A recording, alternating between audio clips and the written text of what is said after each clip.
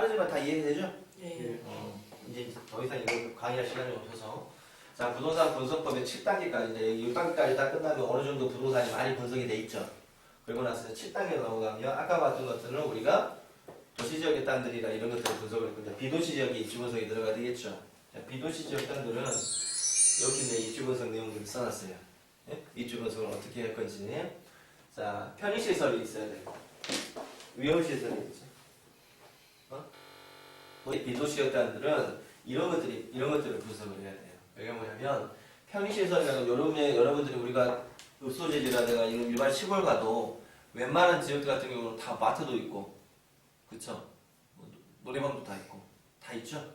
웬만한 도시 못지 않아요. 편의시설들이 다 갖춰져 있어요. 얘네 시골에서 꼭 광주로 나와야 되는 게 아니라면, 일반적인 모든 것들이 면소재지만 가더라도 전부 다 다 사람이 사용할 수 있는 모든 것들 다 있죠. 그렇기 때문에 항상 비도시에 땅을 살 때는 지역의 면소재지라든가 읍소재지들 있죠. 거기는 편의시설들과 주거시설 인프라가 갖춰져 있잖아요. 거기하고 얼마나 떨어져 있는가를 항상 분석할 수 있어요. 다음 수도를 보고 몇 미터가 떨어져 몇 킬로가 떨어져 있는지를 항상 분석을 해야 돼요. 그러면 그게 편의시설이 뭐가 있냐면, 자, 제일 먼저 음면소재지하고 몇 킬로가 떨어져 있느냐가 가장 중요하죠. 자동차로 몇 분 걸리느냐, 그 면소재를 갔을 때. 그리고 축현 마트 같은 것들 있잖아요. 면소재 가면 마트가 어느 정도 걸리겠느냐. 그리고 가장 중요한 게 의료시설이죠. 요즘에. 그렇죠. 그래서 의료시설이 몇 킬로고 몇 분의 수요가 되느냐. 그리고 옮기면 가장 중요한 평행표지고, 고속도로 IC라고 있어요. 인터체인지. 그렇죠. 우리가 타 도시로 진입하려면 IC를 통해서 이렇게 진입해서 도시로 들어오죠. 그렇죠. 그래서 고속도로 IC에서 얼마 정도 떨어져 있느냐가 가장 중요해요. 그 땅이. 왜 그러냐면 임급상황에서 했을 때 도시로 와야 되는 경우가 생기냐면, 병원 같은 거 대병원으로 와야 된다면 IC를 통해서 바로 와야 되잖아요. 그죠? 접근할 때도. 그래서 IC에서 얼마나 떨어져 있느냐가 결국은 뭐냐면 땅값을 결정을 해요. 비도시 지역의 땅들은. 결국은 중심이 뭐냐면 편의시설과 얼마나 가깝게 있느냐. 그죠? 그래서 읍면소재지, 농축현 마트, 의료시설, 고속도로 IC 이런 것들이 여기 극장이라든가 백화점 이런 것들은 없으니까 놔둬버리고, 그죠? 의미가 없어요. 도시지역 땅은, 비도시지역 땅들은 편의시설이 굉장히 중요한 사항인데, 여기서의 거리라든가 이런 것들, 접근성이라든가. 도시지역은 의미가 없어. 분석할 필요가. 그래서 내가 입지를 분석할 필요가 없다는 얘기예요. 무슨 말이냐면 백화점도 다 갈 수 있죠. 마트 다 있죠. 웬만하면 차가 가버리면. 그러니까 그 옆에가 마트에서 얼마 떨어져 있느냐, 백화점에서 얼마 떨어져 있느냐, 이게 의미가 없다고, 도시지역은. 그렇죠? 가장 중요한 게 아까 그런 도로라든가 이런 부분들이에요. 학군이 또 가장 중요하죠. 또. 그렇죠? 그래서 나중에 편의시설, 도시지역의 편의시설을 분석할 때는 또 따로 항목이 있어요. 주차장이라는 거. 주차장에 전용 주차장을 내가 쓸 수 있는지, 이런 것들, 고급 빌라 같은 것들. 그리고 근데 시골은 그렇지 않단 말이에요. 그죠? 이게 이런 것들이 가장 중요하고, 위험시설은 아마 전에 이건 거리는 어떻게 주냐면, 다음 지도에 가보면 지도 거리 재기가 있어요.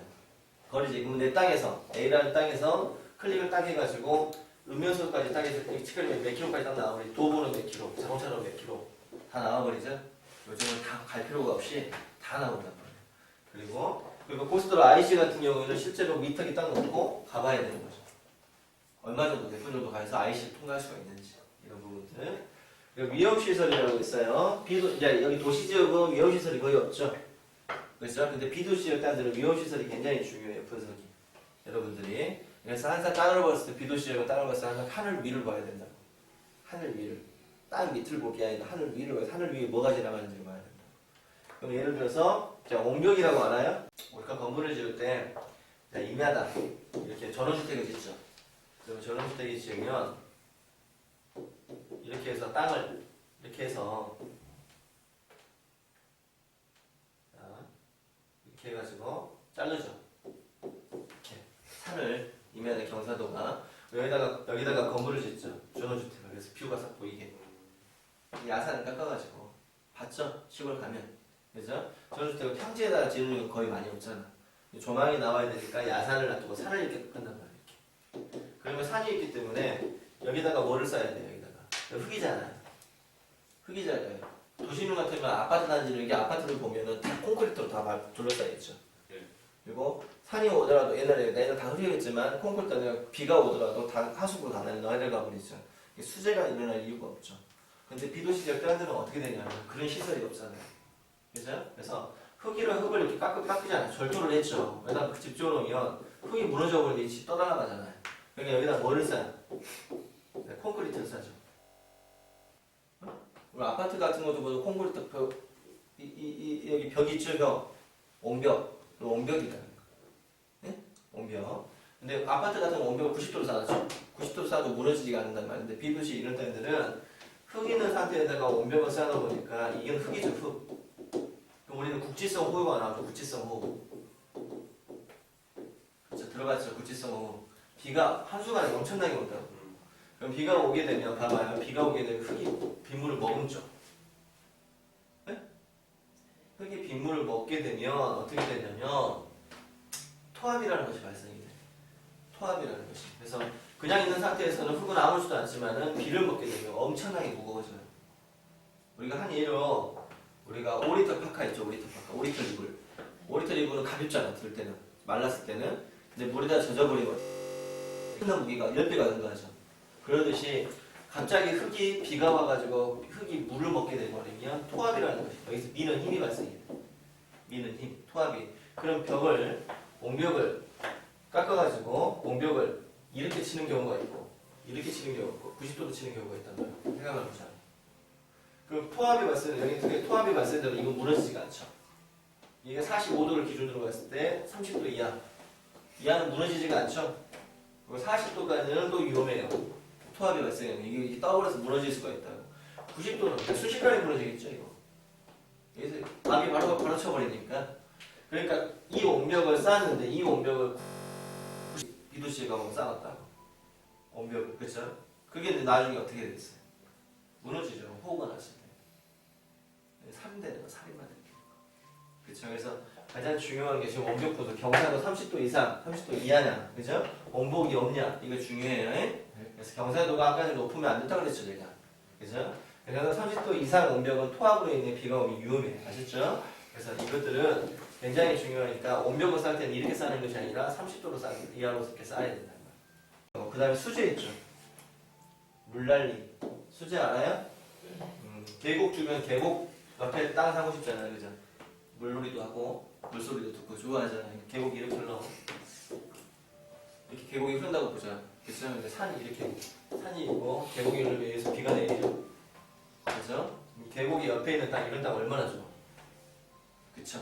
바로 옆에 계곡이 있고, 물소리도 들을 수 있고, 물놀이도 할 수 있고, 물이 있으면 사람들은 물가를 좋아하니까. 이렇게 이런 땅들이 굉장히 좋죠. 자, 그럼 내가 질문 한번 해볼게. 자, A라는 땅이 있고, 이렇게 A라는 땅이 있고, B라는 땅이 있어.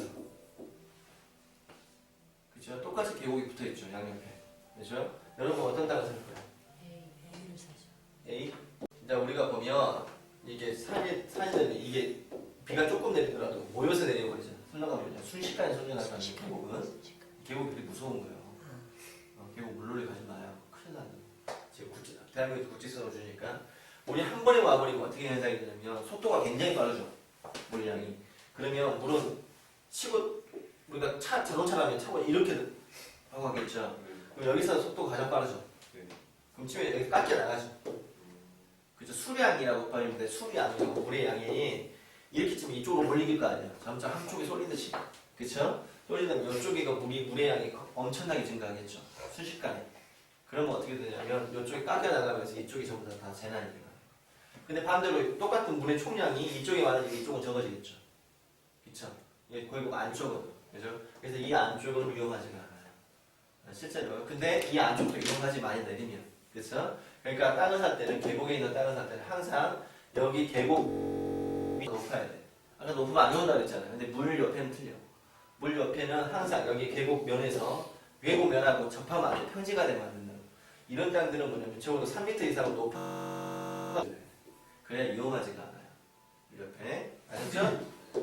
그래서 여기 연습반 대지가 낮은 데는 최저위험이 있고 고압선이라고 들어봤어요? 네. 철탑 고압선. 이 고압선, 자, 우리가 땅이 있으면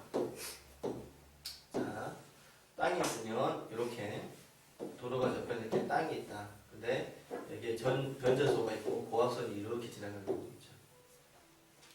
지상 위로. 그쵸? 그럼 이 땅을 뭐라고 선하지라고 해요. 선하지. 이름을 부를 때 선하지라고 해요. 그럼 이런 땅은 한전에서 고압선을 지나가고 해서 이거는 보상이 받았겠죠. 전부 다 쓸모없는 땅이 되어버리죠. 그럼 여기는 보상이 다 버리지 이걸 선화지라고 그러는데 고압선이 지나면 이게 전기가 흐르죠. 그렇죠? 근데 법적으로는 전기에서 50m 이 고압선에서 길이 50m 땅은 안전하다 해서 안전하다고 나와 있단 말이에요. 법적으로는. 그렇죠? 근데 이 고압선이 지나면서 최소한 내가 봤을 때는 200에서 250m 떨어져요. 200에서 250m는 떨어져야 이 고압선의 영향을 내가 봤을 때는 안 받는다 이 말입니다. 그렇죠? 이 고압선이 지나가면 어떤 현상이 일어나냐면 사람의 면역력이 다 파괴가 돼요. 전기라는 것은 그래서 여기에 있는 것은 가축을 기르면 이 가축은 전부 다 불임이 일어나고 그죠? 이런 것 때문에 계속 면역세포 있죠. 면역세포들을 계속 죽여나가. 고압선 밑에서 농사 짓는 사람들이 시골 사람들이 많죠. 농사를 지을 수 있으니까 건물을 못 지어도. 그리고 거기서 고압선 농사 계속해서 인간은 20년, 30년 이렇게 짓게 되면 난 무조건 안 걸려서 시골에 안 걸리는 사람 많죠. 이 고압선에 나는 땅을 갖고 있는 사람들이 암이 많이 걸려요. 면역세포가 파괴되기 때문에 이제 확률이 떨어진다는 거죠. 그래서 시골에 암이 걸릴 수 있는 그런 경우예요. 그래서 이런 것들은 암세포가 엄청나게 다 번져나갑니다. 어느 순간이 돼버립니다. 그래서 고압선은 절대 고압선 토지는 사서도 안 되고 중계를 해서도 안 되고 항상 여기서 내가 봤을 때는 최소한 150m, 200m 이상은 떨어져 줘요. 그쵸? 우리 시골 가면 고압선 많이 있어요. 그래서 땅 위를 가서 철탑 고압선에 몇 미터 있느냐, 주변에 철탑이 없냐 해서 이런 것들은 다 체크 해줘야 되겠죠. 얘도 제가 그죠? 체크해가지고 컨설팅 보고서에 넣어줘야 되겠죠.